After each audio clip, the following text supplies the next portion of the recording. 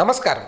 సామాన్యుడి టీవీ న్యూస్కు స్వాగతం. ఉద్యోగులకు మంచి జరగాలనే ఉద్దేశంతో వారి సర్వీస్ పెంచామని సీఎం వైఎస్ జగన్మోహన్ రెడ్డి తెలిపారు. సోమవారం కలెక్టర్లు, ఎస్పీలతో సీఎం జగన్ వీడియో కాన్ఫరెన్స్ నిర్వహించారు. ఉద్యోగ విరమణ వయసు పెరగడం ద్వారా వారి కుటుంబాలకు లబ్ధి చేకూరుతుందని చెప్పారు. గ్రామ, వార్డు సచివాలయ ఉద్యోగులకు ప్రొఫెషన్ డిక్లేర్ చేయాలని అధికారులను ఆదేశించారు. ఈ ప్రక్రియ జూన్ 30 నాటికి పూర్తవ్వాలన్నారు.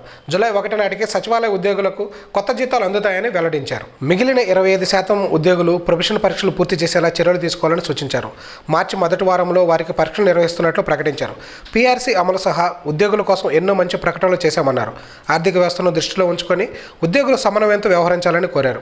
జూన్ 30వ తేదీలోగా యుద్ధ ప్రాతిపదికన కారుణ్య నియామకాలు పూర్తయ్యాయని ఆయన ప్రకటించారు. సీఎం వైఎస్ జగన్మోహన్ రెడ్డి జిల్లా కలెక్టర్లతో స్పందన వీడియో కాన్ఫరెన్స్ నిర్వహించారు. కోవిడ్ కట్టడికి ప్రత్యేక చర్యలు తీసుకోవాలని సూచించారు. జగనన్న కాలనీల నిర్మాణం వేగవంతం చేయాలన్నారు. సంపూర్ణ గృహ హక్కు పథకం లక్ష్యం పూర్తవ్వాలని ఆదేశించారు. అర్హులందరికీ ఉపాధి హామీ పనులు కల్పించాలన్నారు. రబీలో పంట ఉత్పత్తుల సేకరణపై సీఎం జగన్ దిశానిర్దేశం చేశారు. మొక్కలు నాటడంతో పాటు వాటి సంరక్షణ బాధ్యత తీసుకోవాలని హోంమంత్రి మేకతోటి సుచరిత పేర్కొన్నారు. డెవలప్మెంట్ ఆఫ్ అర్బన్ ఫారెస్ట్ లో భాగంగా మంగళవారం మొక్కలు నాటే కార్యక్రమాన్ని ఆమె ప్రారంభించారు. గుంటూరు బ్రాడీపేట కార్యాలయం నుంచి వర్చువల్ విధానంలో పాల్గొన్న ఆమె మాట్లాడుతూ మియావాకీ పద్ధతిలో తక్కువ స్థలంలో ఎక్కువ మొక్కలు పెంచవచ్చని తెలిపారు. డెవలప్మెంట్ ఆఫ్ అర్బన్ ఫారెస్ట్ లో మియావాకీ పద్ధతిలో రాష్ట్రంలో 8 బెటాలియన్లో మొక్కలు నాటే కార్యక్రమాన్ని హోంమంత్రి చేతుల మీదుగా ప్రారంభించారు. మంగళవారం 6వ బెటాలియన్లో డీజీపీ గౌతమ్ సవాంగ్, ఇతర పోలీసు ఉన్నతాధికారులు మొక్కలు నాటారు. ఈ సందర్భంగా డీజీపీ గౌతమ్ సవాంగ్ మాట్లాడుతూ మొక్కలే మానవ జీవనాధారమని తెలిపారు. అన్ని బెటాలియన్లలో దాదాపు 15.35 ఎకరాలలో 19,774 మొక్కలు నాటినట్లు ఆయన వెల్లడించారు. కార్యక్రమంలో పోలీస్ కుటుంబ సభ్యులు, స్కూల్ విద్యార్థులు, ఫారెస్ట్ అధికారులు పాల్గొన్నారు. మొక్కలు మనం నాటేటువంటి కార్యక్రమం కూడా తీసుకుంటా ఉన్నాం. సాధారణంగా అటవీ విస్తీర్ణం అంటే మనకు ఉన్నటువంటి భూభాగంలో దగ్గర 33% కవర్ అయితే అది మనకు ఎన్విరాన్మెంటల్ సేఫ్టీ అని అనుకుంటాం. కానీ ఇప్పుడున్నటువంటి పరిస్థితుల్లో అది చాలా తగ్గిపోయినటువంటి పరిస్థితుల్లో మన ఉన్నటువంటి బెటాలియన్లో ఉన్నటువంటి స్థలాన్ని మనం సద్వినియోగం చేసుకుని మరి తక్కువ విస్తీర్ణంలో ఎక్కువ మొక్కలు నాటేటువంటి విధానాన్ని మనం అవలంబించడానికి ముందుకు రావడం అన్నది నిజంగా చాలా సంతోషకరమైనటువంటి విషయం. మనం ఈ యొక్క అంటే మొక్కను నాటడం ఎంత విశేషమో దాన్ని సంరక్షించుకోవడం కూడా అంతే చాలా కష్టంతో కూడుకొని ఉంటుంది. ఎందుకంటే 3 years మనం దాన్ని పెరిగే వరకు పోషించాల్సినటువంటి బాధ్యత కూడా మన మీద ఉంటుంది. కాబట్టి దాన్ని చాలా బాధ్యతగా మనం నెరవేర్చాలని చెప్పేసి కోరుకుంటా ఉన్నాను. ఏదైతే ఇప్పటి వరకు ఉన్నటువంటి అరణ్యాలు కొట్టేస్తూ ఉన్నామో ఆ స్థానంలో మళ్ళీ మొక్కలు పెంచడం అనేటువంటి కార్యక్రమం ద్వారా మనం మన పర్యావరణాన్ని పరిరక్షించుకునేటువంటి అవకాశం మనకు కలుగుతుంది. మరి పోలీస్ డిపార్ట్మెంట్ వారంటే వారు నిత్యము ఉన్నటువంటి ఉద్యోగ ఒత్తిడులను తట్టుకుని మరి ఈరోజు సామాజిక సేవలో భాగంగా ఈ యొక్క అర్బన్ ఫారెస్ట్రీ డెవలప్మెంట్కు మియావాకీ విధానంలో పూనుకోవడం అన్నది నిజంగా చాలా సంతోషం. సాధారణంగా జపాన్ అంటే మనకు ల్యాండ్ కొంచెం తక్కువగా ఉండేటువంటి ప్రాంతం కాబట్టి అక్కడ ఉన్నటువంటి తక్కువ నేలను ఉపయోగించుకుని ఎక్కువ మొక్కలు పెంచుకునేటువంటి ఒక విధానాన్ని అక్కడ శాస్త్రవేత్తలు డెవలప్ చేయడం, దాన్ని మనం అందిపుచ్చుకొని మన బెటాలియన్లో దాన్ని మనకు హెక్టార్కి వచ్చేసి దాదాపు 20,000 నుండి 30,000 మొక్కలు నాటుకునేటువంటి అవకాశం మనకు ఉంటుంది. ఈరోజు మన రాష్ట్రంలో ఉన్నటువంటి బెటాలియన్స్లో ఈరోజు మనము వైఎస్ఆర్ కడప, అదేవిధంగా అనంతపూర్, కర్నూలు, గుంటూరు, చిత్తూరు, వీటన్నిటిలో విజయనగరం, ఈస్ట్ గోదావరిలో మనం దాదాపు 12.5 ఎకరాలు అంటే దాదాపు 5 హెక్టార్లలో మనం ఈ కార్యక్రమం ఈరోజు తీసుకుంటూ ఉన్నాం.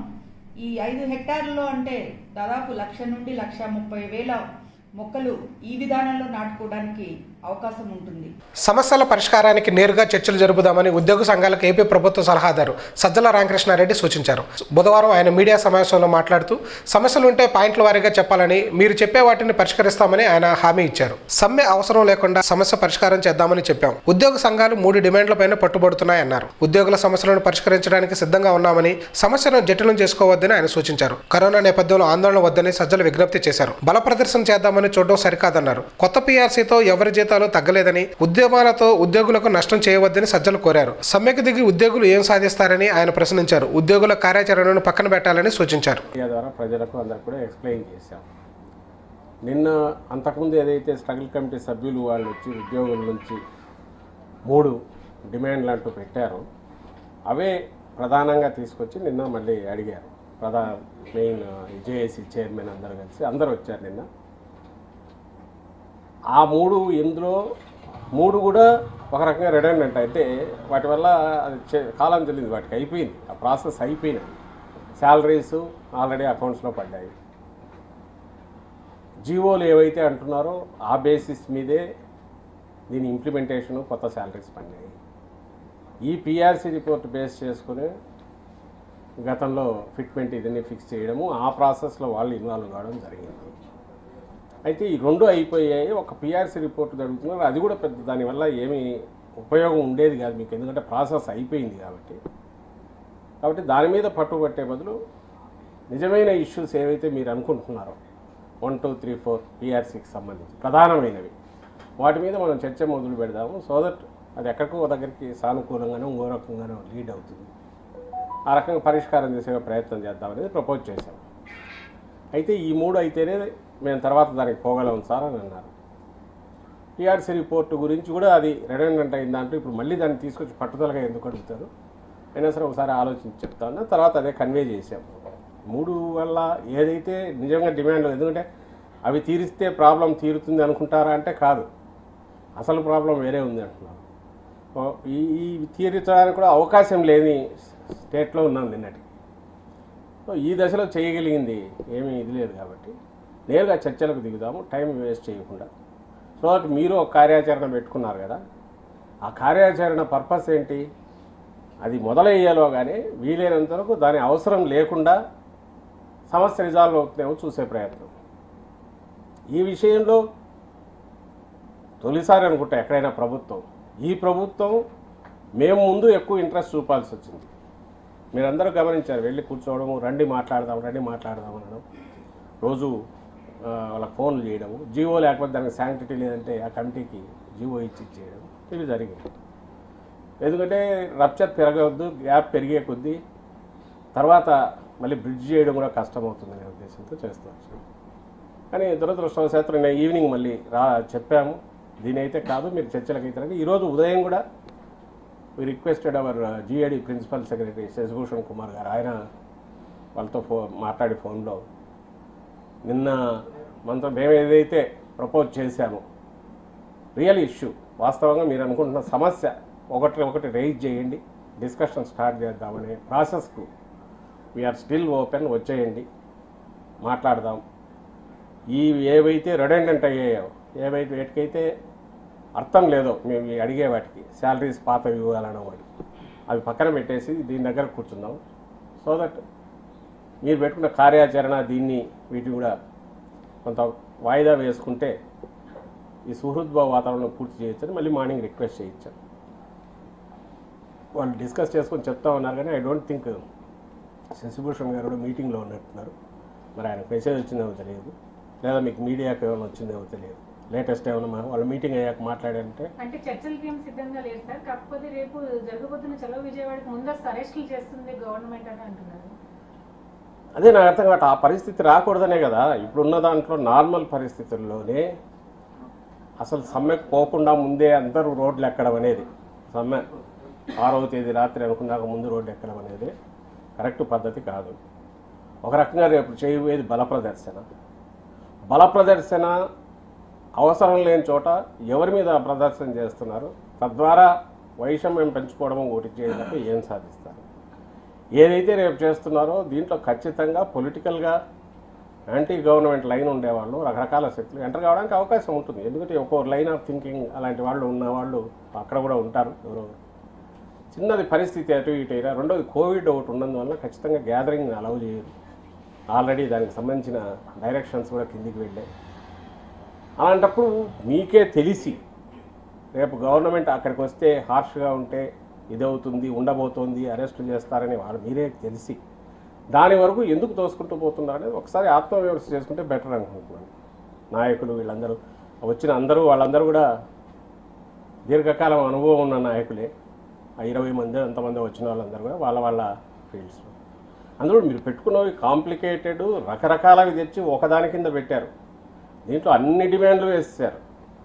అవన్నీ తీరాలన్నా ఏ సెక్షన్కు సంబంధించినవి కొన్ని నిజంగా ఏదో అండర్ ది స్కై ఉన్నవన్నీ పిలవడం ద్వారా పరిష్కారాన్ని జటిలం చేసుకోవడం కాదా అనేది నేను ప్రశ్నిస్తున్నాను.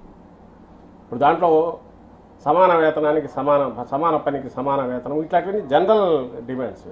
ఇప్పుడు మీ స్పెసిఫిక్ పిఆర్సీకి సంబంధించి ఏది 3,90,000 మంది ఎంతమందికి సంబంధించిన, లేదా ఒక 3 లక్షలు 3.5 లక్షల మంది పెన్షనర్లకు సంబంధించిన ఈ సమస్య మీద మీరు చేస్తున్నారు. ఇందులో సిపిఎస్ కానీ లేదా వాళ్ళ ఎవరిది మన అవుట్సోర్సింగ్ వీళ్ళవి కానీ ఆ ఇష్యూస్ పెద్ద ఇష్యూస్ కాంప్లికేటెడ్ మేనేజ్ ఒక దీంతో తెగేవి కాదు. అవన్నీ కూడా తీసుకొచ్చారు. ఆర్టీసీ ఉదాహరణకు ఆ సమస్యలు ఏవి కూడా వీళ్ళకి అవగాహన ఉండకపోతుంది. Entire sector is different. RTC corporation కింద ఉన్నది ఏ ప్రభుత్వం ఏ రాష్ట్ర ప్రభుత్వం చేయనంత సాహసోపేతంగా జగన్మోహన్ రెడ్డి గారు తీసుకొచ్చి గవర్నమెంట్లో కలిపారు. ఆర్టీసీ గవర్నమెంట్లో విలీనం చేయడం ద్వారా బరువు పెరిగింది. యాక్చువల్ ఈరోజు ఏదన్నా బరువు పెరిగిందంటే అవి అల్లు రావడము, తర్వాత విలేజ్ సెక్రటేరియట్స్, వార్డ్ సెక్రటేరియట్ కొత్త ఉద్యోగాలు క్రియేట్ చేయడం, దీనివల్ల ఈ ఏదైతే శాలరీ పే బిల్లు ఉంటుందో గవర్నమెంట్ మీద బరువు అది బాగా కొంత కన్సిడరబుల్గా పెరిగింది. అలాంటి ఇది చేసింది. అట్ ది సేమ్ టైం ఆర్టీసీని కలపడం విలీనం చేయడం అనేది ఒక రకమైన ఎంప్లాయీస్ మీ పట్ల ఏ అప్రోచ్ ఉంది గవర్నమెంట్కు, ఒక రకమైన సింపథెటిక్ అప్రోచ్, అభిమానంతో కూడిన అప్రోచ్ ఉందా లేదా అంటే అభిమానంతో కూడిన అప్రోచ్ ఉందని చెప్పేది. అలాంటి ఆర్టీసీని కలపడం అనేది నిజానికి ఆర్టీసీ వాళ్ళు ఈ గవర్నమెంట్ ప్రో ఎంప్లాయీ అని చెప్పడానికి మమ్మల్ని కలపడం ఏదని వాళ్ళు చెప్పాలి. అలాంటి వాళ్ళు కూడా వీళ్ళతో బ్యాండ్ వ్యాగన్ దాని మీదకి వచ్చేసి వాళ్ళ డిమాండ్లన్నీ పెట్టి దానితో కూడా రావడం, వాళ్ళని తీసుకోవాలని వీళ్ళు చూడడము. అంటే ఏం చేయాలని బల ప్రదర్శన చేయాలనిగా. అంటే బస్సులన్నీ ఆగితే ఎక్కడికెక్కడ ఆగితే స్తంభిస్తే ప్రజా జీవితం స్తంభించే దిశగా అడుగులు వేస్తే అప్పుడు ప్రభుత్వం మెడలంచొచ్చని. Is it the right approach? Employees ఎవరైతే గవర్నమెంట్లో పార్ట్ అయిన వాళ్ళు ఎక్స్ట్రీమ్ కండిషన్స్కి పోయిన పరిస్థితి లేని నేపథ్యంలో చర్చల ద్వారానే సానుకూలంగా పరిష్కరించుకోవడానికి అవసరమైన ఇప్పుడు అనామలీస్ కమిటీగా పెట్టినట్టున్నారు. పిఆర్సీ తర్వాత పెట్టే బ్యూరోక్రాట్స్తో అడ్మినిస్ట్రేటివ్ అఫీషియల్స్తో పెట్టేది ఓ పక్క అది ఉంది. ఇంకో పక్క మంత్రులు ఉన్న పొలిటికల్ వీళ్ళు ఇన్వాల్వ్ అయ్యి క్యాబినెట్ రిప్రజెంటేటివ్స్ ఉన్న కమిటీ ఉంది. ఇష్యూస్ సాల్వ్ చేసుకోవడం ఒకటొకటి ముందు పిఆర్సీ రిలేటెడ్ కోర్ ఇష్యూస్ ఏమున్నాయో వాటిని డిస్కస్ చేసుకోవచ్చు. ఈ లాంగ్ రోప్ ఎంత ఉందో అంతా ఇచ్చి అది కాని పక్షంలో ఆ తర్వాత ఏదైనా నిర్ణయం తీసుకునే అర్థం ఉంటుంది. కానీ మీరు సాల్వ్ చేయలేని ప్రాబ్లమ్స్ 3,90,000 మందిది కాకుండా 13 లక్షల మందిది 14 లక్షల మందిది అందరి ప్రాబ్లమ్స్ కూడా మేము సాల్వ్ చేస్తామన్నట్టు మీ బలం పెంచుకోవడానికి వాళ్ళందరినీ దీంట్లోకి తీసుకొచ్చి మహిళలు మరియు రైతులకు సంబంధించిన సమస్యలపై ప్రత్యేక దృష్టి సారించాలని పోలీసు అధికారులను రూరల్ ఎస్పీ విశాల్ గున్ని ఆదేశించారు. బుధవారం రూరల్ ఎస్పీ డైలీవర్ రూరల్ ఎస్పీ కార్యక్రమం నిర్వహించారు. గుంటూరు రూరల్ జిల్లాతో పాటు గుంటూరు అర్బన్, చిత్తూరు, కాకినాడ, ప్రకాశం జిల్లాల నుండి వివిధ సమస్యలపై ప్రజల నుండి 13 ఫిర్యాదులు వచ్చాయని తెలిపారు. సమస్యలను సత్వరమే పరిష్కరించవలసిందిగా సంబంధిత పోలీసు అధికారులకు జూమ్ వీడియో కాన్ఫరెన్స్ ద్వారా ఆదేశించినట్లు ఆయన తెలిపారు. గుంటూరు రూరల్ ఎస్పీ విశాల్ గున్ని మాట్లాడుతూ దుగ్గిరాల పోలీస్ స్టేషన్ పరిధిలోని ఒక రైతు మరియు అతని గ్రామమునకు చెందిన కొంతమంది రైతులు 8 లక్షల విలువైన 2 లారీల మొక్కజొన్నలను వ్యాపారికి విక్రయించగా ఆ వ్యాపారి డబ్బులు ఇవ్వలేదని తగిన న్యాయం చేయాలని కోరారు.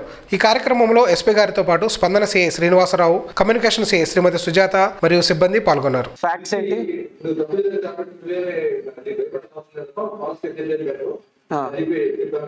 ఓకే ठीक है okay all DSPs I hope morning మనము టెలికాన్ఫరెన్స్ లో మాట్లాడిన విషయం మీద అందరూ యాక్టివ్ గా పర్స్యూ చేస్తున్నారు అనుకుంటున్నాను నేను. Narasaraopet I don't see any update in the numbers మీ వైపు నుంచి నంబర్స్. ఓకే వాట్సాప్ చేయండి. ठीक है ఓకే.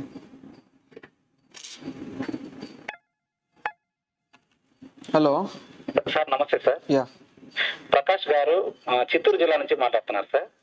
ప్రకాష్ చిత్తూరు ఇవ్వండి. యా నమస్తే అండి, ఎస్పీ మాట్లాడుతున్నాను. సార్ నమస్తే సార్. ప్రకాష్ మాది Bangarapalli sir. Yeah district sir. చెప్పండి ప్రకాష్. సార్ నేను ఇప్పటికి చాలా సార్లు ఒక 4 మంది ట్రై చేస్తున్నాను సార్, లైన్ దొరకలేదు సార్. ఆఫీస్ కడుగు వచ్చాను సార్, కానీ మీ దగ్గరికి పంపించారు సార్ నన్ను. అయ్యో ఎందుకు? కొద్దిగా చాలా మంది నన్ను మోసం చేశారు సార్ మనీ విషయంలో. కొద్దిగా పర్సనల్ గా మాట్లాడారు సార్. నేను ఆఫీస్ వచ్చి కొద్దిగా నాకు అపాయింట్మెంట్ ఇవ్వండి సార్. అంటే ప్రకాష్, మీరు చిత్తూరు నుంచి ఇక్కడ రా అవసరం లేదు, ఎందుకంటే చాలా దూరం అవుతుంది మీకు. మీరు అంటే మీరు చిత్తూరు ఎస్పీ గారి దగ్గర వెళ్ళండి, నేను చెప్తాను ఎస్పీ గారికి, చిత్తూరు ఎస్పీ గారికి. సార్ నాకు చెప్పండి సార్, కొద్దిగా అపాయింట్మెంట్ ఇచ్చాను sir please sir. No problem. మీ ఊరు ఎక్కడ చిత్తూరులో? మనీ చాలా మంది మనీ మోసం చేశారు సార్, ₹1 కోటి ఫైన్ సార్. ఓకే, ఇప్పుడు నేను చిత్తూరు ఎస్పీ గారు మా సీనియర్ గారు, is a very efficient officer. నేను మీ గురించి నేను చెప్తాను. ప్రకాష్ గారు, మీ ఏ ఊరు మీది చిత్తూరులో? బంగారపల్లి. ఓకే, నేను చెప్తాను నేను. సో మీరు వెళ్ళి కలవండి. Okay okay. ఆల్ వ్యూవర్స్కి నమస్కారాలు అండి. టుడే కొన్ని కారణాల వల్ల కొద్దిగా వర్క్ ప్రెషర్ ఎక్కువ ఉండడం వల్ల we were not able to start on time, so my sincere apologies. Right now we will be continuing extra ఒక 15 minutes కంటిన్యూ చేస్తాము. Please feel free to call us back. Hello sir, నమస్తే sir. Yeah, భాష గారు మాట్లాడుతున్నాను sir, Kakinada నుంచి sir. Okay, నమస్తే అండి, SP మాట్లాడుతున్నాను. గుడ్ మార్నింగ్ భాష గారు, చెప్పండి. థ్యాంక్ యూ భాష, చెప్పండి. అన్ని ప్రోగ్రామ్స్ నేను చూస్తుంటాను సార్. కూడా చూసాను సార్. మీరు థ్యాంక్ యూ భాష, థ్యాంక్ యూ సార్. నేను ఇన్స్పైర్ అయ్యాను కానీ సార్, నాకంతా అయితే మీకు ఇవ్వాల్సి వస్తుందని నేను అనుకోలేదు సార్. పర్లేదు చెప్పండి. ఎక్కడ మీ ప్రాబ్లం, ఎక్కడ ఏంటి ప్రాబ్లం చెప్పండి సార్. అంటే ఒక పర్సన్ కి నేను అమౌంట్ ఇచ్చాను సార్, అంటే చాలా తక్కువ అమౌంట్ సార్, 40,000 సార్. ఓకే, అది నేను సెప్టెంబర్ ఇచ్చాను సార్ అతనికి. ఓకే, ప్రకాష్ అని అతని పేరు సార్, ప్రకాష్ అని అతని పేరు సార్. ఎక్కడుంటాడు ఈ ప్రకాష్ అంటే? మాదైతే సార్, మా హౌస్ అయితే సార్. అప్పుడు కూడా ఎక్కడ కాకినాడలో ఎక్కడ ఉంటారు మీరు? ఆదిత్య కాలేజ్ దగ్గర సార్.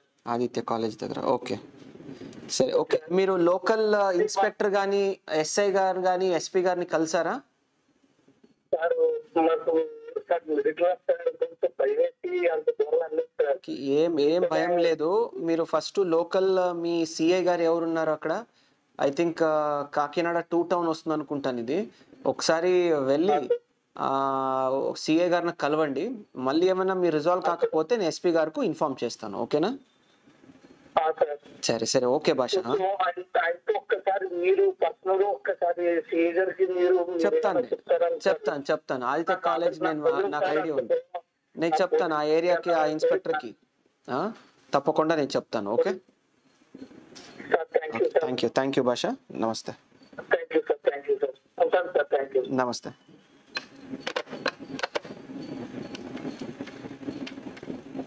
ఈరోజు వేరే జిల్లా ఎక్కువ వస్తున్నాయా? ఇది పిఆర్సీ ఎంప్లాయీస్ ఏం జరుగుతుందా? చలో విజయవాడ ఏమో ఉందంట కదా రేపు. నమస్తే సార్. వెంకటరెడ్డి గారు మాట్లాడుతున్నాను సార్, హైదరాబాద్ నుంచి sir. Venkatareddy, Hyderabad. Okay, connect చేస్తున్నాను సార్. కనెక్ట్ చేయండి. నమస్తే అండి, ఎస్పీ మాట్లాడుతున్నాను. నమస్కారం సార్. నమస్తే, చెప్పండి. మాది సంగారెడ్డి సార్, హైదరాబాద్ దగ్గర. చెప్పండి. మాకు ఆలూరు రవి అని అమౌంట్ పడుతుంది అక్కడ, నిడిబ్రోల్ విలేజ్. నిడిబ్రోల్ అంటే వెస్ట్ గోదావరినా? పొన్నూరు పక్కన, గుంటూరు పక్కన పొన్నూరు. ఓకే, ప్రేమ్ కుమార్ కంప్లైంట్ ఇచ్చాము. ఓకే, ప్రేమ్ కుమార్ అనా? ఫిబ్రవరి. ప్రేమ్ కుమార్. ఓకే, కంప్లైంట్ చేశారు పోయిన సంవత్సరము. అంటే అప్పుడు ఏమైనా ఇదేమైనా ఇచ్చేసారా? ఎఫ్ఐఆర్ ఏమైనా రిజిస్టర్ చేశారా? ఐడియా ఉందా మీకు? రిజిస్టర్ చేయలేదు సార్, కాకపోతే కోల్డ్ లిఫ్ట్ చేసిండు, 1 lakh పే చేసిండు. ఎంత ఇచ్చారు మీరు? ప్రజెంట్ నాకు అయితే 1 lakh ఇచ్చారు సార్. మీరు 1 lakh ఇచ్చారా వారికి? అతను నాకు ఇచ్చారు సార్ 1 lakh. ఓకే, ఓకే అంటే అట్లా కాదు వెంకటరెడ్డి గారు, ఇప్పుడు టోటల్ మీకు ఎంత అమౌంట్ ఇవ్వాలి బాబు? కరెక్ట్. ఇప్పుడు మీకు ఎంత అమౌంట్ బాకీ ఉంది ఇంకా? ఒక్క నిమిషం ఉండండి. బాపట్ల డిఎస్పి వెంకటరెడ్డి గారని హైదరాబాద్ నుంచే కాల్ చేస్తున్నారు. ప్రేమ్ కు అనే వాళ్ళు ఇంకా బాకీ ఉన్నారంట, 3 lakhs చీటింగ్ చేశారని అంటున్నారు. రవి అని, ఆలూరు రవి.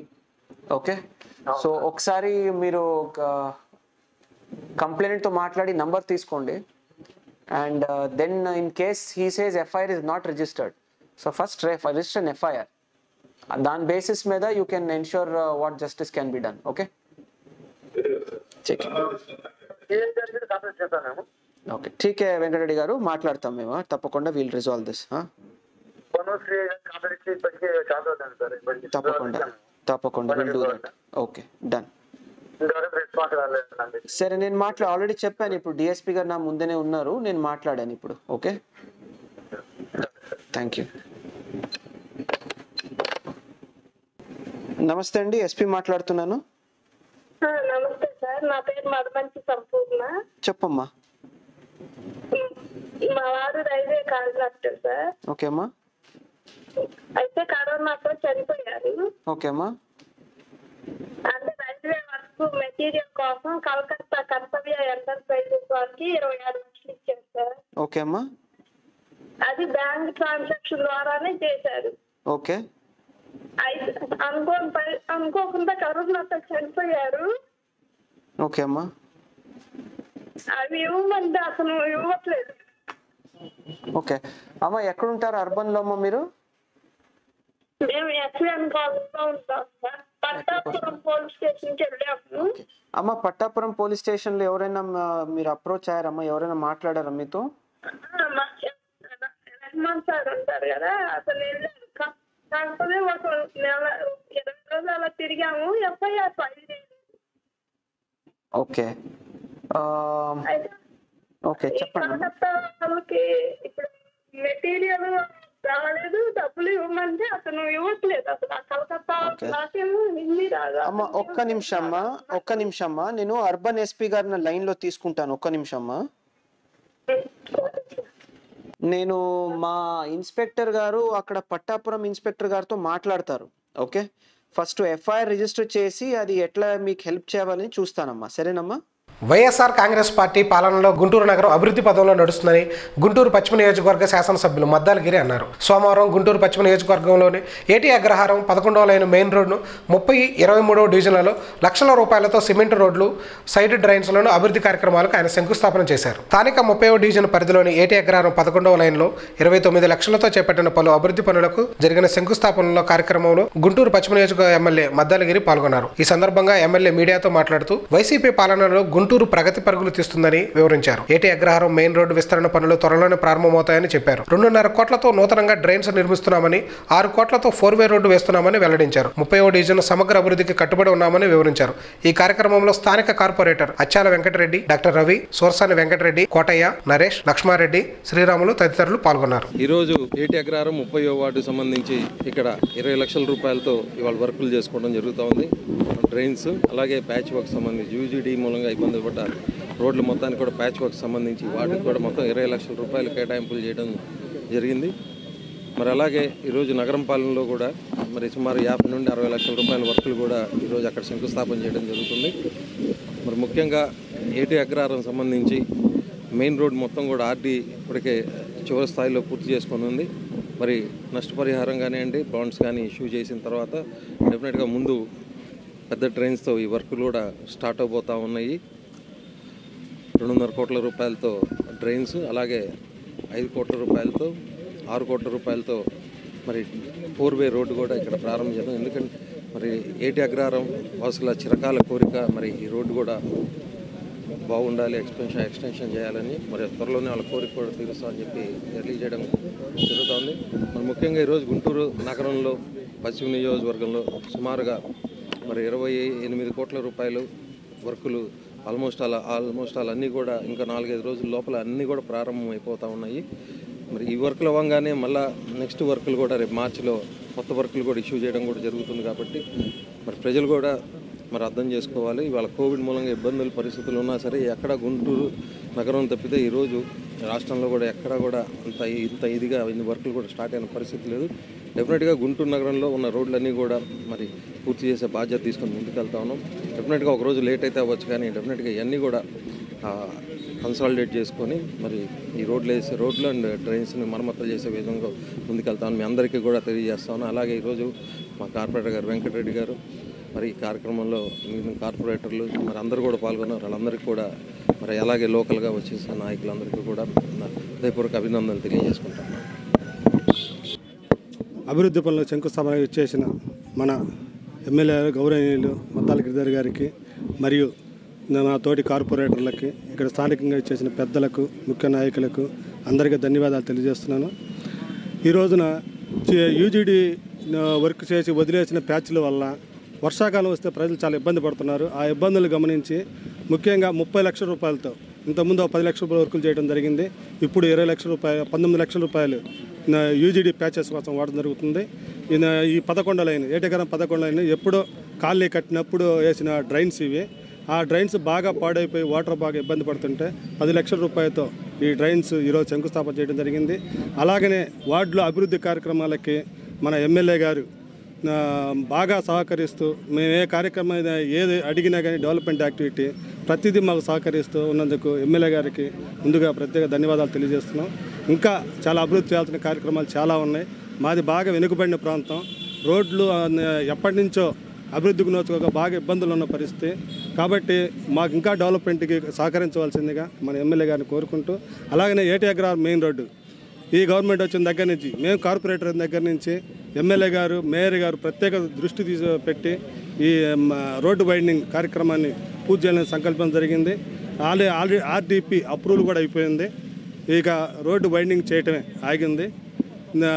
ఇది కూడా తొందరగా కార్యక్రమం పూర్తి చేసి ఈ మెయిన్ రోడ్డు కూడా పూర్తి చేస్తే ఏటగ్రహారం వాసుల చిరకాల కలైనటువంటి ఏటగ్రహారం మెయిన్ రోడ్ని మా హయాంలో పూర్తి చేస్తామని చెప్పి మేము ఆశాభావంతో ఉన్నాం. పూర్తి కావాలని కూడా మనస్ఫూర్తిగా భగవంతుని కోరుకుంటున్నాం.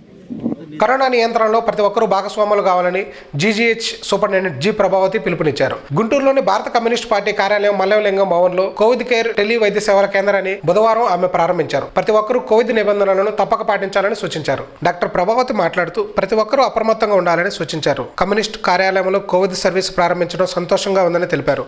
ఈ సేవలను ప్రతి ఒక్కరూ వినియోగించుకోవాలని ఆమె పిలుపునిచ్చారు. రాష్ట్ర ప్రభుత్వం కోవిడ్ నివారణకు ప్రత్యేక చర్యలు తీసుకుంటుందని తెలిపారు. కార్యక్రమానికి ముఖ్య అతిథులుగా సిపిఐ రాష్ట్ర సహాయ కార్యదర్శి ముప్పాల నాగేశ్వరరావు, జిల్లా కార్యదర్శి జంగాల అజయ్ కుమార్లు హాజరయ్యారు. కోవిడ్ మందుల కొరకు టెలిఫోన్ ద్వారా డాక్టర్ కిలారి సునీల్ కుమార్ సేవలు అందిస్తారని సిపిఎం నాయకులు వెల్లడించారు. సమాచారం కోసం 9849383976 9494896784 నంబర్లను సంప్రదించాలని సూచించారు.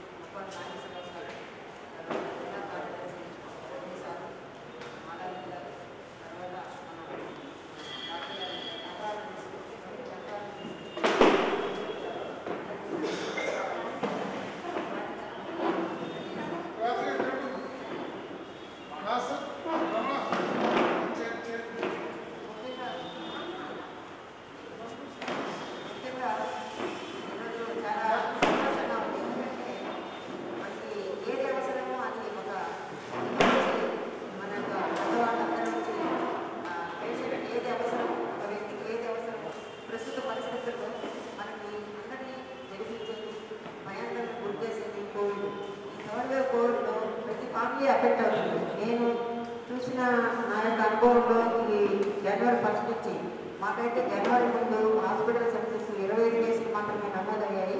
అలాంటివి ఈరోజు 250 కేసులు ఉంటున్నాయి. రోజు రోజుకు ఎక్కువ ఉంటున్నాయి. అలాంటి భయాందోళనలోని ప్రజలందరూ చాలా ఇబ్బందులకు లోపడుతున్నారు. సో మామూలుగా ఇది అంత సివియారిటీ కాకపోయినా ప్రతి వ్యక్తి ఒక ఫ్యామిలీలో అందరికీ అఫెక్ట్ అవుతున్నారు. సో వాళ్ళకి ఒళ్ళు నొప్పులు రావడము, జ్వరం రావడము, జలుబు దగ్గు ఈ విధంగా ప్రెజెంట్ అవుతున్నారు. వాళ్ళు ఎలా ఉంటుందంటే ఫ్యామిలీలో అందరూ అఫెక్ట్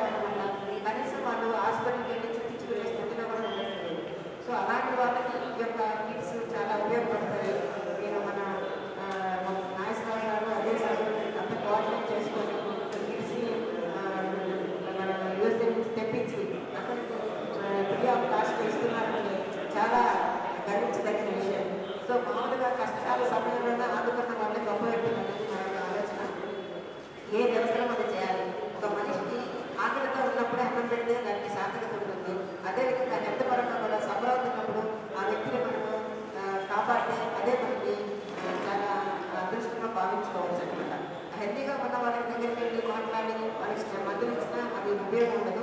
ఎవరైతే ఇబ్బందులకు గురవుతున్నారో వాళ్ళకి మన సహాయం ఏ విధంగా చేసినా సరే అది ఎంతో ఆ క్షణానికి చాలా ఉపయోగపడుతుంది అనేది నా యొక్క ఆలోచన. సో ఈ యొక్క మేము గొప్ప ఆలోచనకి చాలా అభినందన తెలియజేసుకుంటూ కృతజ్ఞతలు తెలియజేస్తున్నాను సార్. అందరూ పేషెంట్స్ అందరూ ఏదైనా జ్వరం వచ్చినప్పుడు 3 రోజులు మాత్రం జ్వరం తీవ్రంగా ఉంటుంది. ఎన్ని మందులు వేసినా కూడా తగ్గట్లేదు. సో పారాసిటమాల్ టాబ్లెట్లు ఆరోగ్యంగా వ్యవస్థతో వేసుకుంటూ యాంటీబయాటిక్ వేసుకుంటూ సిటిజన్ టాబ్లెట్లు వేసుకుంటూ మంచి ఆహారం తీసుకుంటూ బీకాంప్లెక్స్ అన్ని తీసుకుంటున్నప్పుడు చాలా వరకు 80-90% సివియారిటీని మనం అంతే సివియారిటీ ఉండట్లేదు. 3 రోజులు తగ్గిపోతుంది. కానీ అలాగే మనం నిర్లక్ష్యం కూడా చేయకూడదు. ఎందుకంటే కొంచెం కొంతమంది కూడా మా దగ్గర ఐసీయూలో అడ్మిషన్ కూడా అవుతున్నారు. కొంచెం వేరే వస్తున్నాయి. వాళ్ళు ఐసీయూలో యాక్సిడెంట్లో అడ్మిట్ అవ్వడము, తర్వాత వాళ్ళు వెంటిలేటర్ కనెక్ట్ చేయడం అది కూడా అవసరం. ఆక్సిజన్ కూడా చాలా అవసరం అవుతుంది. కాబట్టి అప్రమత్తంగా ఉండి అందరూ సపరైనా సరే ఈ బిళ్ళలు వేసుకుంటూ వెంటనే సివియారిటీ ఎక్కువ ఉన్నప్పుడు వెంటనే వచ్చి హాస్పిటల్ అడ్మిట్ అయ్యి వెంటనే ట్రీట్మెంట్ తీసుకుంటే ఈ యొక్క కార్డియాక్ నుంచి మనం బయటపెట్టిన వాళ్ళం అవుతాము. సో నిజంగా మరొకసారి మీరు వీక్షిస్తున్నందుకు నాగేశ్వరరావు సార్కి, అజయ్ సార్కి, మాలాద్రి గారిని, ఈ కోఆర్డినేట్ చేస్తున్న సునీల్ గారిని చాలా కృతజ్ఞతలు తెలియజేసుకుంటున్నాను.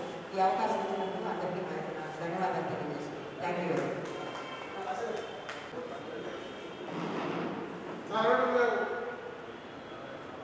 లక్షలాది మందిని ఇబ్బంది పాల్చేస్తుంది. వాస్తవానికి ఉన్నటువంటి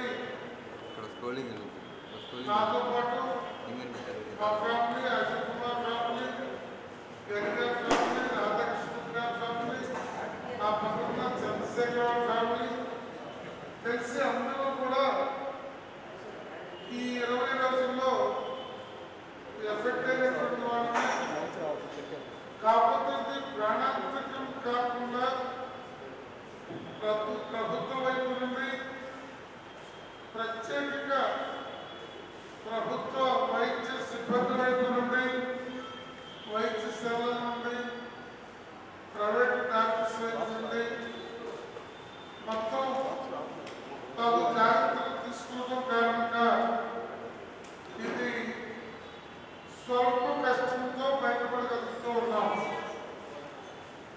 ఈ నేపథ్యంలో మనం సెకండ్ వేవ్ తీవ్రంగా ఉన్నప్పుడు తానా వారి సహకారంతో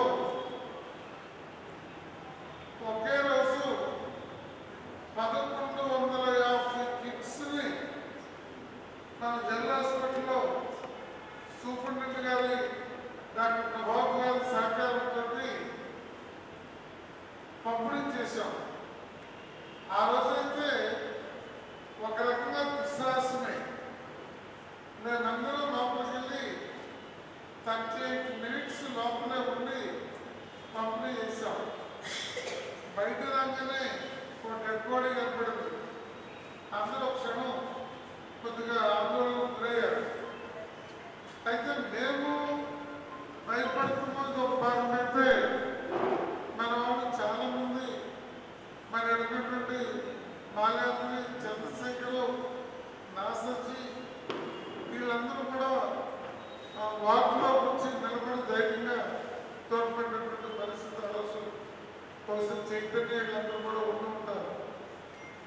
మరి ఈ సందర్భంలో మనం ఆది నుంచి కూడా మొదటిసారి ప్రభావం వచ్చినప్పుడు సుమారు 1.5 కోట్ల విలువైన వస్తువులు, ఆహార పదార్థాలని, ఆహార వస్తువులు మనం పంపిణీ చేసింది సిపిఐ పార్టీ పక్షాన.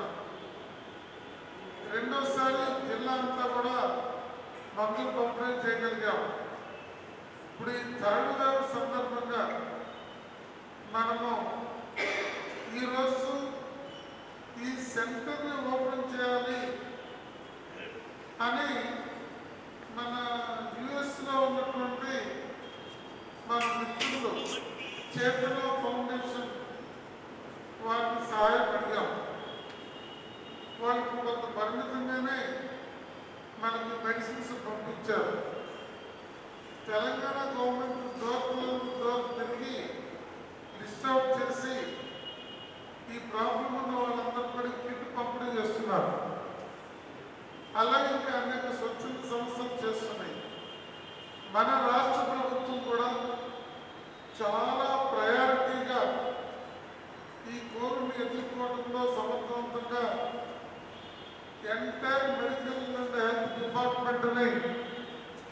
పురమాయించింది.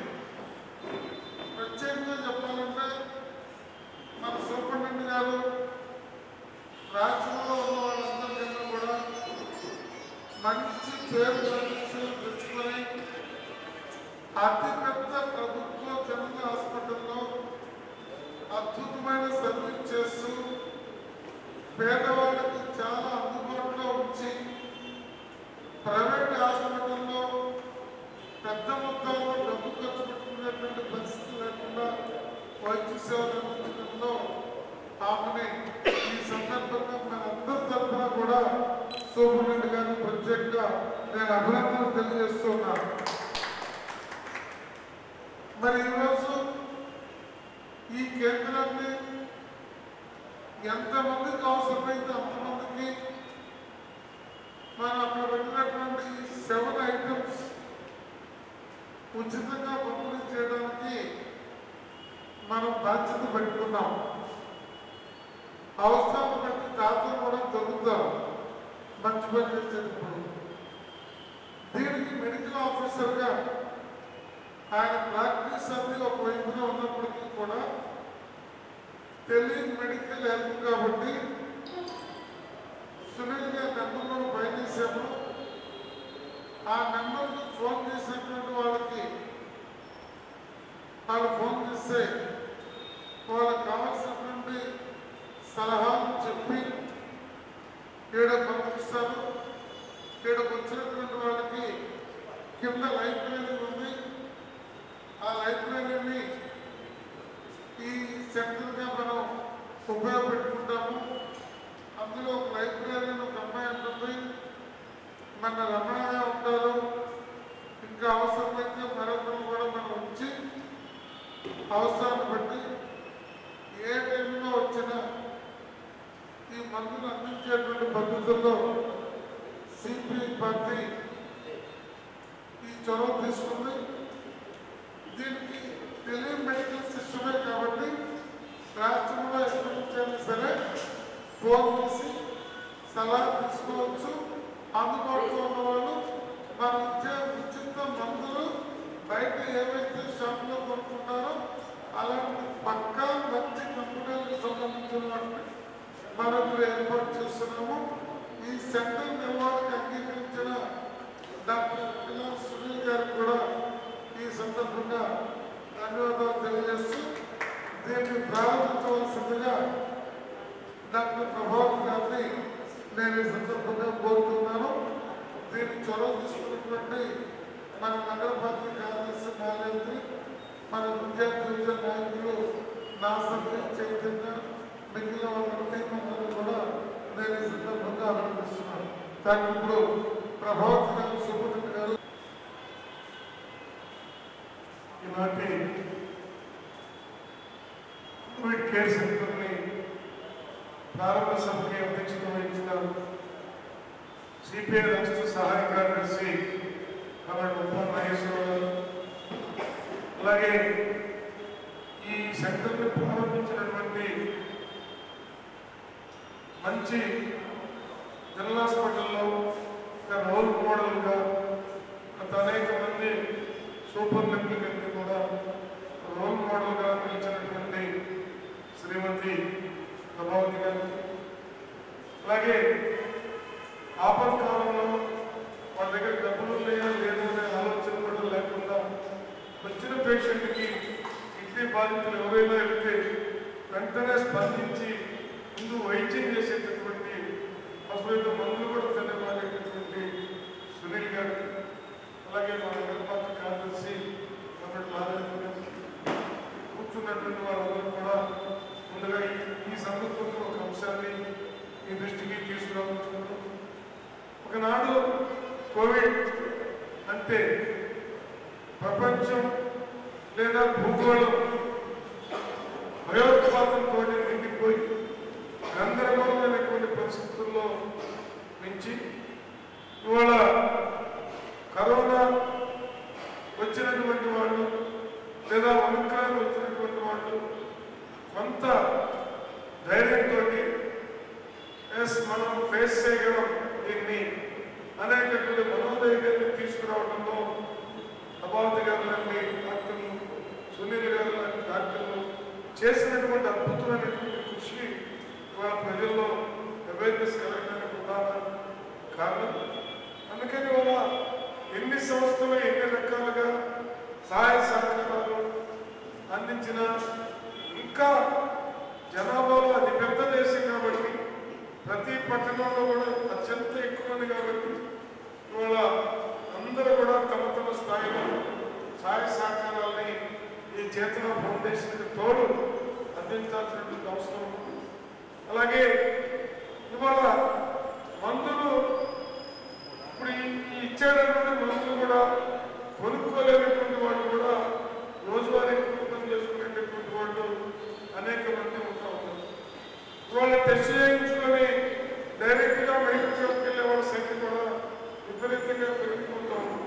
కార్పొరేట్ హాస్పిటల్కి వెళ్ళలేక అలాంటి వాళ్ళకి ఒక మంచి ధైర్యాన్ని ఇచ్చడంలో ప్రభుత్వ వైద్యులు అలాగే సోమరెడ్డి గారు చాలా ఎక్సలెంట్గా జనరల్ హాస్పిటల్లో వైద్యం కూడా చేశారు.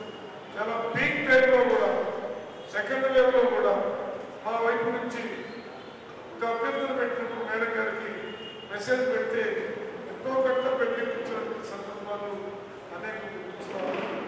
ఏదేమైనా ఈ రోజున మనం ప్రార్థించే పెదవుల కన్నా సాయం చేసేటటువంటి చేతుల కన్నా అనేటటువంటి పద్ధతుల్లో మనం చేసేటటువంటి చెడు సహాయం అనేక మందికి ప్రేరణ అయ్యే పద్ధతుల్లో కొనసాగుతాము.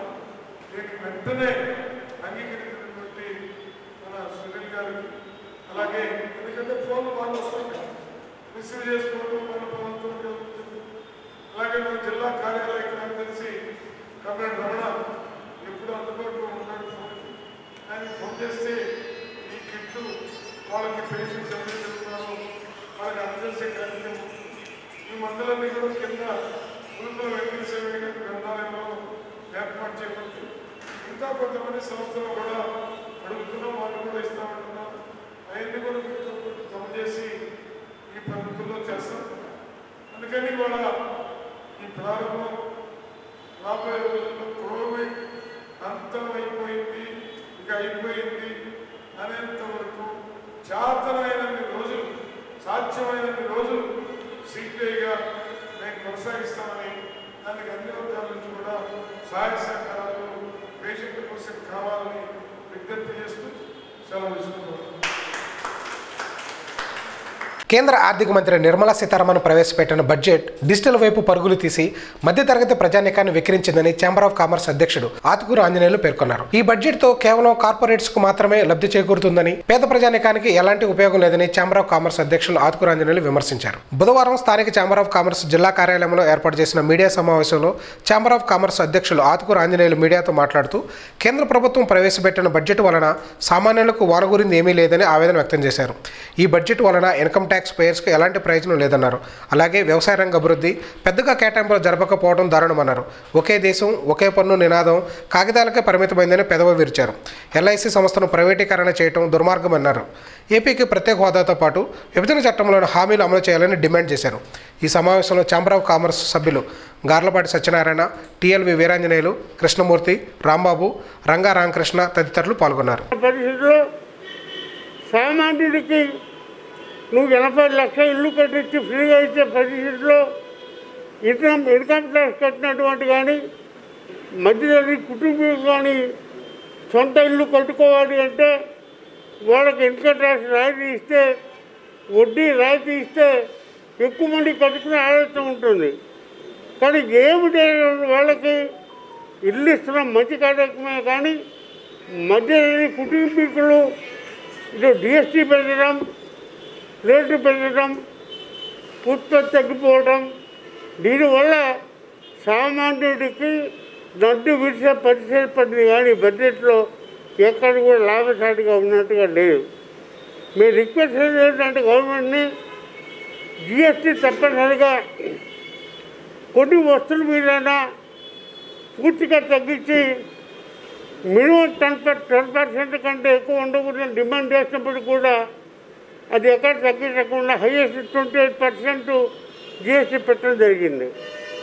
దాదాపు 1,46,00,000 రూపాయలు జిఎస్టీ వస్తే మరి సింగిల్ ట్యాక్స్ అంటే ఒకే దేశం ఒకే పన్ను అన్నప్పుడు తక్కువ పన్ను ఉంటే దేశంలో ప్రజలందరూ సామాన్యుల కాడి నుంచి పెద్దవాడి దాకా అనుభవించే అవకాశం ఉంది.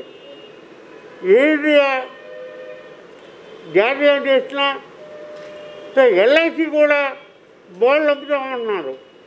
దాదాపు 70 సంవత్సరాల కింద ఎల్ఐసి పెడితే అది ప్రైవేట్ సంస్థ అయినప్పటికీ ఎల్ఐసి బాండ్లు అమ్మాల్సిన అవసరం విదేశీ పెట్టుబడికి ఆహ్వానించడం అనేది అంత మంచి పద్ధతి కాదు. ఎల్ఐసి అమ్ముకోవాల్సిన అవసరం ఉంది. అది ప్రజలు డబ్బు కడతారు, చనిపోతారో డబ్బులు ఇస్తారు, బిల్లు ఇస్తారు.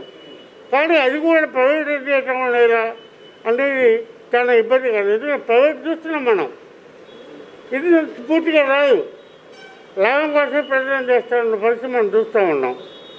అదే కాకుండా ఈ బడ్జెట్ వల్ల వ్యాపారస్తులు కానీ వ్యవసాయదారులు కానీ మధ్యరక కుటుంబీలు కానీ ఇన్కమ్ ట్యాక్స్ జిఎస్టీ కానీ ఎక్కడా తగ్గక అందరికి ఉపయోగపడే పరిస్థితి కారణాలు ఇది కేవలం డీటెయిల్ చెప్తూ ఉన్నారు. మన గౌరవ ప్రధానమంత్రి నరేంద్ర మోడీ గారు ఆంధ్రప్రదేశ్ తీరిపోయిన తర్వాత మాకు రావాల్సిన డబ్బులు కానీ విశాఖ రైల్వే డివిజన్ కానీ కొన్ని రైళ్ళు ఏం చెప్తున్నారంటే 400 ట్రైన్స్ జై భారత్ పేరుతో రిలీజ్ చేస్తామని చెప్పారు. ఏ స్టేట్లో ఎన్ని ఇస్తున్నారు, ఎక్కడి నుంచి ఎక్కడికి ఇస్తున్నారు, దాని ఛార్జీలు ఏంటని చెప్పే పరిస్థితి కనబడట్లేదు. కాబట్టి తప్పనిసరిగా అన్ని చోట్ల అంటే రోడ్డు నిర్మాణానికి 20,000 కోట్లు మరి పెట్టడానికి మంచి ఆలోచన. ఎందుకంటే రోడ్డు రవాణా బాగుంటే రేట్లు తగ్గుతాయి, వాహనాలు బాగుంటాయి, అన్ని విధాలా బాగుంటుంది. కానీ ఎక్కడెక్కడ ఏ స్టేట్లో 8,000 కిలోమీటర్లు ఇస్తున్నారో చెప్తే అది కూడా బాగుండేదని చెప్పి నేను మనం చేస్తూ ఉన్నా. ఏదేమైనా దీనివల్ల వ్యాపారస్తులకి ఇన్కమ్ ట్యాక్స్ జిఎస్టీ వల్ల ఏ రకమైన లాభం లేదు అని చెప్పేసి నా వ్యక్తిగతంగా కానీ ఛాంబర్ ఆఫ్ కామర్స్ తరఫున కానీ నేను మనం చేస్తూ ఉంటా. ఇప్పటికైనా నెక్స్ట్ మన ఆర్థిక మంత్రి ప్రధానమంత్రి గారు జిఎస్టీ ఒకటి, ఇన్కమ్ ట్యాక్స్ ఒకటి, మధ్యతరగతి కుటుంబాలకు ఎగ్జామ్షన్ ఇచ్చేటువంటి పరిస్థితి కానీ వయోవృద్ధులకి ఎగ్జామ్స్ ఇచ్చే పరిస్థితి కానీ చేసేటటువంటి పరిస్థితి చేయాలని చెప్పి విజ్ఞప్తి చేస్తూ ఉన్నాం. కేంద్ర ప్రభుత్వం ప్రవేశపెట్టిన బడ్జెట్ దేశంలో 90% మంది ప్రజలకు వ్యతిరేకంగా ఉందని కాంగ్రెస్ పార్టీ నాయకుడు షేక్ మస్తాన్ అలీ పేర్కొన్నారు. ట్యాక్సులు చెల్లించే వేతన జీవులకు మాత్రమే బడ్జెట్లో ఉందని తెలిపారు. మధ్యతరగతి ప్రజల నుంచి నిర్మలా సీతారామన్ అసలు పట్టించుకోలేదని దుయ్యబట్టారు. 130 కోట్ల మంది ప్రజల్లో కేవలం 5% మంది ప్రజలు మాత్రమే ఆనందంగా ఉన్నారని తెలిపారు. ఈ బడ్జెట్ను కాంగ్రెస్ పార్టీ తీవ్రంగా వ్యతిరేకిస్తుందని ఆయన వెల్లడించారు. నిర్మలా సీతారామన్ ప్రవేశపెట్టిన బడ్జెట్ నిరుత్సాహపరిచింది. కామన్ మ్యాన్కి కావాల్సిన మినిమం ప్రోగ్రామ్ని కేంద్ర ప్రభుత్వం ఇవ్వలేకపోయింది. ముఖ్యంగా విభజన జరిగిన తర్వాత మన ప్రదేశ్కి తీరం లోటు జరిగింది.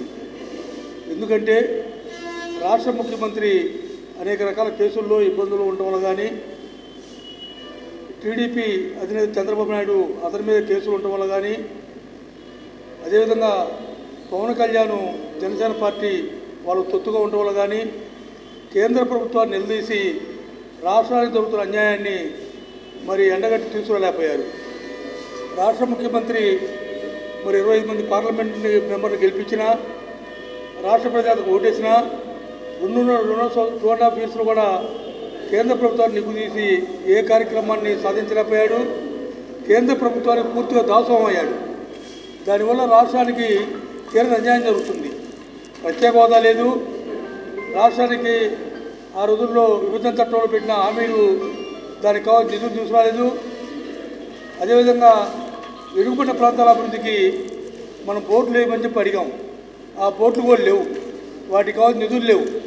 ఆ విధంగా రాష్ట్ర అభివృద్ధి కుంటుపడి పోలవరం ప్రాజెక్టు లేదు, ఒక ఇండస్ట్రీ లేదు, విశాఖపట్నం రైల్వే జోన్ లేదు. ఏ విధంగానూ రాష్ట్రానికి తీరని అన్యాయం జరుగుతూ ఉంది. అదేవిధంగా ఆ రోజున మన్మోహన్ సింగ్ గారు, సోనియా గాంధీ నేతృత్వంలో మహాత్మా గాంధీ గ్రామీణ ఉపాధి హామీ పథకం పెట్టాము. దానివల్ల గ్రామీణ ప్రాంతాల్లో వలసలు పోకుండా, ఆత్మహత్యలు లేకుండా ప్రతి కార్మికుడికి ఉపాధి జరిగేట్టు ఆ కార్యక్రమాన్ని తీసుకోవడం జరిగింది. గ్రామ పంచాయతీ సెక్రటరీ దగ్గరికి వెళ్ళి నాకు ఉపాధి కల్పించమంటే కల్పించాల్సిన బాధ్యత వారి మీద పెట్టి ఆ విధంగా నిధులు కేటాయింపు చేశాం. దాంట్లో కూడా వాళ్ళ నిధులు కేటాయింపులు కోత విధించారు. ఆ విధంగా కేంద్ర ప్రభుత్వ బడ్జెట్ మరి ధరలు పెంచే విధంగా ఉంది. నిత్యావసర ధరలు పేద ప్రజలకి నానా ఇబ్బందులు పడుతున్నారు. కోవిడ్తో కరోనా మహమ్మారితో రాష్ట్రం, కేంద్ర, మన భారతదేశం మొత్తం యావత్తు కూడా అనేక రకాల ఆరోగ్య ఇబ్బందులు పాలవుతే దానికి కావాల్సిన ఆరోగ్యానికి కూడా, వైద్యానికి కావాల్సిన నిధులు కూడా కేటాయింపులు మరి కోత ఉంది. ఆ విధంగా వ్యవసాయం కానీ, వ్యవసాయ రంగం చూసినా కూడా దానికి కూడా నిధులు కేటాయింపులు సక్రమంగా జరగలేదు. వ్యవసాయ చట్టాల బిల్లులు పెట్టి అనేక రకాల రైతుల్ని హింసిస్తే కాంగ్రెస్ పార్టీ రాహుల్ గాంధీ నేతృత్వంలో పోరాడి విజయం సాధించాం. కానీ కక్ష కట్టుకున్నట్టు రాష్ట్ర కేంద్ర ప్రభుత్వాలు భారత ప్రజల్ని, ఆంధ్రప్రదేశ్ ప్రజల్ని హింసిస్తాం అనేది ఇంతవరకు ఎప్పుడు చూడలేదు. నవ్వుతో నా భవిష్యత్. అందువల్ల ప్రజలు తిరుగుబాటు జరపాల్సిన అవసరం ఎంతైనా ఉంది. బీజేపీ ప్రభుత్వం ప్రవేశపెట్టినటువంటి బడ్జెట్ అంకెల గారడీగా దేశ పేద ప్రజలకు, వ్యవసాయ రంగానికి, రైతులకు, ఆంధ్ర రాష్ట్రానికి అన్యాయంగా మేము భావిస్తున్నాం. దేశంలో మొన్నటిదాకా నోట్ల బందీ జరుగుతూ ఉంది. దాని తర్వాత కరోనా విలయతాండవం చేసింది. ఏమీ పట్టినట్టుగా కేంద్ర ప్రభుత్వం మళ్ళీ కొత్తగా ఒక కొత్త నాటకాన్ని తీసుకొచ్చింది, డిజిటల్ భారత్ అని. ఇది ఎంతసేపటికి పెద్దలను చేయడం తప్ప పేద ప్రజలకి సహాయంగా నుంచిన పథకాలు తీసుకురావట్లేదు. అలాగని మన ఆంధ్ర రాష్ట్రానికి ప్రత్యేక హోదా, రైల్వే జోన్, మన రాష్ట్రం నుంచి 25 మంది వైఎస్ఆర్సీపీ ఎంపీలు ఉన్నారు పార్లమెంట్లో. వీళ్ళు ఏం చేస్తున్నారు? నిద్రపోతున్నారా? ఇట్లానే కొనసాగితే రాష్ట్ర పరిస్థితి వెనుజులా కంట్రీ లాగా ఇక్కడ కూడా దివాళా తీసి ప్రజలు చెత్త కుప్పల్లో ఏరుకుని తినేలా తీసుకొస్తారని రాష్ట్రాన్ని. అలా మీరు తీసుకురాని పక్షంలో రాజీనామాలు చేసి ఇంట్లో కూర్చోవాలి తప్ప రాష్ట్రాన్ని గుంటలో తోయకూడదు. దీన్ని కాంగ్రెస్ పార్టీ వ్యతిరేకిస్తుంది. ఇప్పుడు ఇకనైనా జాగ్రత్తగా రాష్ట్ర ప్రభుత్వం ప్రత్యేక హోదా, మనకి రాష్ట్రానికి కావాల్సినటువంటి నిధులన్నీ తీసుకొచ్చి బీజేపీ ప్రభుత్వంతో పోరాడి తీసుకొచ్చి అభివృద్ధి చేయాలని కాంగ్రెస్ పార్టీ తరఫున డిమాండ్ చేస్తున్నాము. ఇది కాక మన గుంటూరు జిన్నా టవర్ చూస్తే 3 రంగుల జెండా వేశారు. ఇది కూడా బీజేపీ నాయకులతో తొత్తులుగా వ్యవహరిస్తున్నారు. వైఎస్ఆర్సీపీ నాయకులు కేసులకు భయపడి తొత్తులుగా వ్యవహరిస్తున్నారు. దీన్ని కూడా పరిగణలోకి తీసుకుని మీరందరూ బీజేపీ ప్రభుత్వంతో భయపడకుండా ముందుకు సాగాలని, అలా కాని పక్షంలో కాంగ్రెస్ పార్టీ ఎప్పుడూ ప్రజల పక్షాన నిలబడుతుందని తెలియజేస్తున్నాం.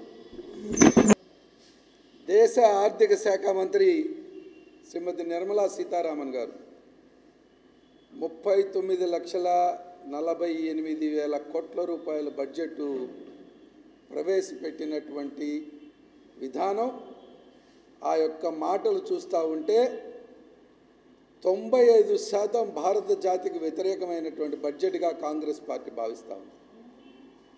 ఇది జీరో సర్వైవర్ బడ్జెట్. ఇది చిన్నపిల్లలకి లాలీపాప్ ఇచ్చేటటువంటి బడ్జెట్గా కాంగ్రెస్ పార్టీ భావిస్తూ ఉంది. ఈ బడ్జెట్ కేవలం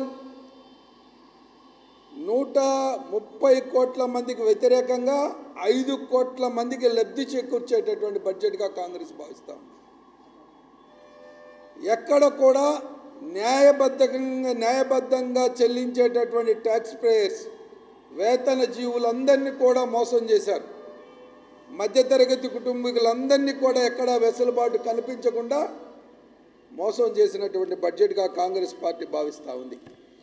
నరేంద్ర మోడీ గారు ఏ రాష్ట్రానికి ఎన్నికలు జరిగితే ఆ రాష్ట్రానికి సంబంధించినటువంటి వేషధారణ వేసి, వెస్ట్ బెంగాల్లో అయితే ఒక రకంగా, ఉత్తరప్రదేశ్లో అయితే ఒక రకంగా, పంజాబ్లో అయితే ఒక రకంగా, ఏ విధంగా అయితే దుస్తువుల్ని, రంగుల్ని మారుస్తాడో ఆ విధంగా ఈ బడ్జెట్ని అంకెల గారడి చేసినటువంటి బడ్జెట్గా కాంగ్రెస్ పార్టీ భావిస్తూ ఉంది. నేను సూటిగా అడుగుతూ ఉన్నాను మీ ద్వారాగా, 39,48,000 కోట్ల బడ్జెట్ పెట్టినప్పుడు ఎక్కడ రాబడి ఉందో చెప్పాల్సినటువంటి అవసరం ఉంది. 22 లక్షల కోట్ల రూపాయలు రాబడి చూపించారు. మిగతా 17 లక్షల కోట్ల రూపాయలు తేడా ఉంది. 39 లక్షల కోట్లకి 22 లక్షల కోట్లకి రాబడికి 17 లక్షల కోట్ల రూపాయలు ఎక్కడి నుంచి తీసుకొస్తారో ఈ యొక్క దేశ ప్రధాని చెప్పాల్సినటువంటి అవసరం ఉంది. మరలా మోసం చేసేటటువంటి ప్రయత్నం చేస్తూ ఉన్నారు. ఈ దేశ యువతకి సంవత్సరానికి 2 కోట్ల ఉద్యోగాలు ఇస్తానన్నటువంటి మాట మేనిఫెస్టోలో పెట్టినటువంటి మాట భారతీయ జనతా పార్టీ ఎంత దుర్మార్గంగా భారత యువతలతో ఆడుకున్నారు అంటే 2 కోట్ల ఉద్యోగాలు ఇవ్వపోగా సంవత్సరానికి ఉన్న 20 లక్షల ఉద్యోగాలు పీకేసి వాళ్ళని రోడ్ల మీద వేసినటువంటి దుర్మార్గమైనటువంటి పాలకులు వీళ్ళు.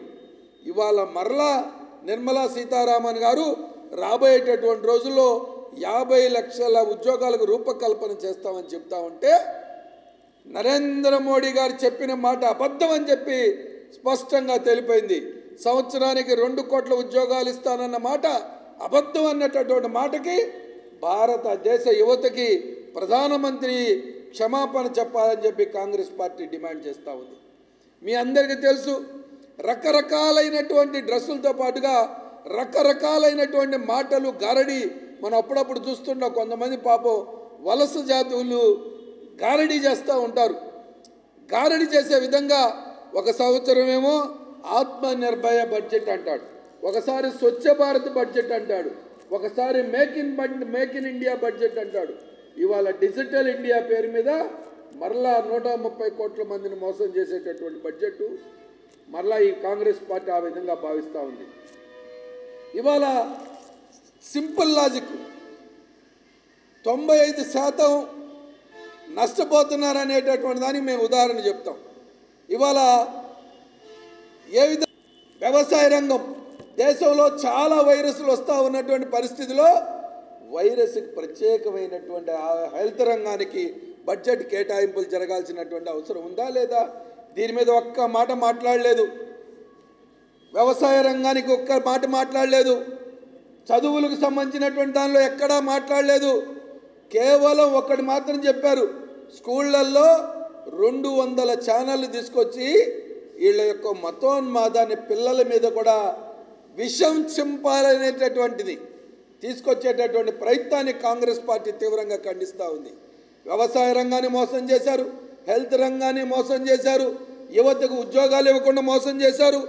ఇవాళ ఈ పరిస్థితుల్లో కనీసం 7-8 సంవత్సరాలైంది రాష్ట్ర విభజన జరిగి. ప్రత్యేక హోదా రాష్ట్ర విభజన చట్టాల్లో అనేకమైనటువంటి అంశాలు పెట్టాం. పోలవరాన్ని జాతీయ ప్రాజెక్టుగా చేయమని చెప్పాం. రాజధాని నిర్మాణం జాతీయం కేంద్ర ప్రభుత్వం చేపట్టాలని చెప్పాం. దుగ్గిరాజపట్నం ఎయిర్పోర్టు కేంద్ర ప్రభుత్వం చేపట్టాలని చెప్పాం. కడప స్టీల్ ప్లాంటు కేంద్ర ప్రభుత్వం చేపట్టాలని చెప్పాం. ఇవన్నీ కాకుండా ప్రత్యేక హోదా ఈ రాష్ట్రానికి కావాలి.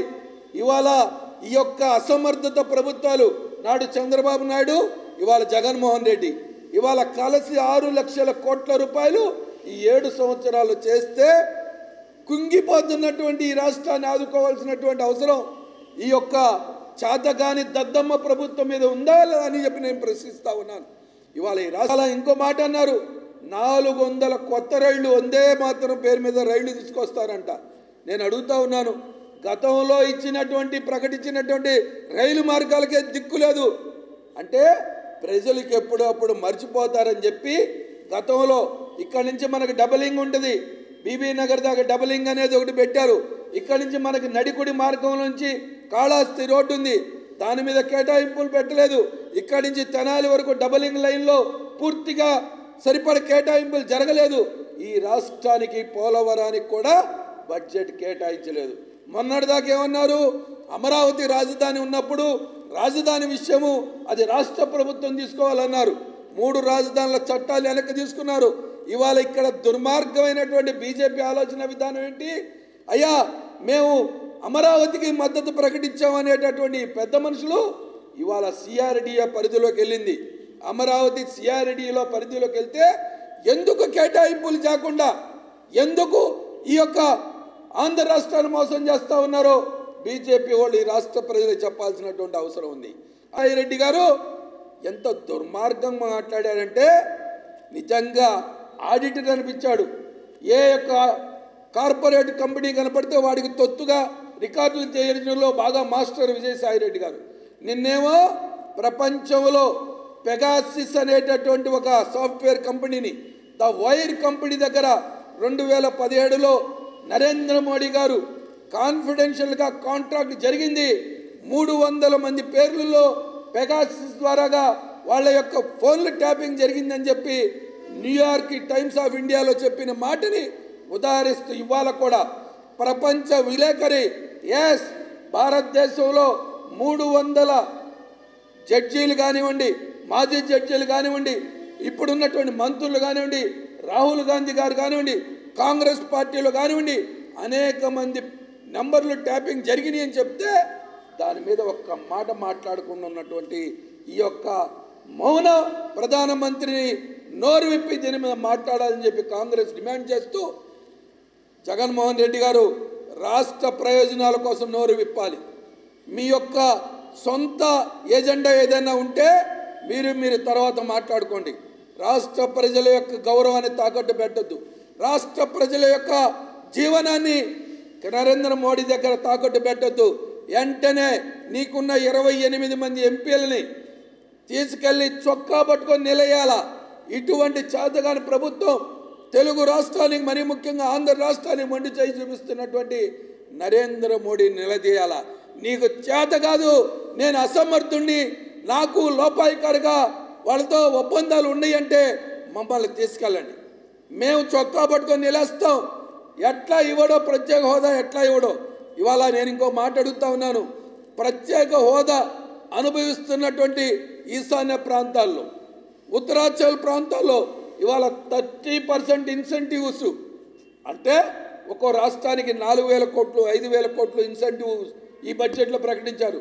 అదే ఈ రాష్ట్రానికి ప్రత్యేక హోదా ఉంటే 25,000 కోట్ల రూపాయలు ఇన్సెంటివ్ రూపంలో వచ్చేటటువంటి పరిస్థితి ఉండేది.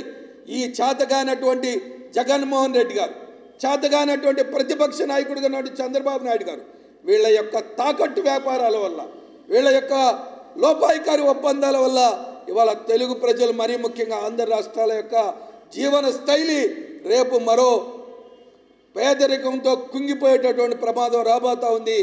ఈ యొక్క బడ్జెట్ పేద భారతదేశం ధనిక భారతదేశంగా విభజించేటటువంటి ప్రయత్నం చేయబోతున్నటువంటి విధానాన్ని కాంగ్రెస్ పార్టీ తీవ్రంగా వ్యతిరేకిస్తూ హెచ్చరిస్తా ఉన్న నరేంద్ర మోడీని. నరేంద్ర మోడీ గారు ప్రజలు ఇప్పటి వరకు కూడా తమ యొక్క ఓర్పుని సహించారు. ఎప్పుడైతే ఆకలితో అలమటించినటువంటి భారతీయుని చూడాల మీరు, ఎందుకంటే మీరు బ్రిటిష్ వాళ్ళ కాళ్ళ దగ్గర బుట్లు నాకినటువంటి సంస్కృతి.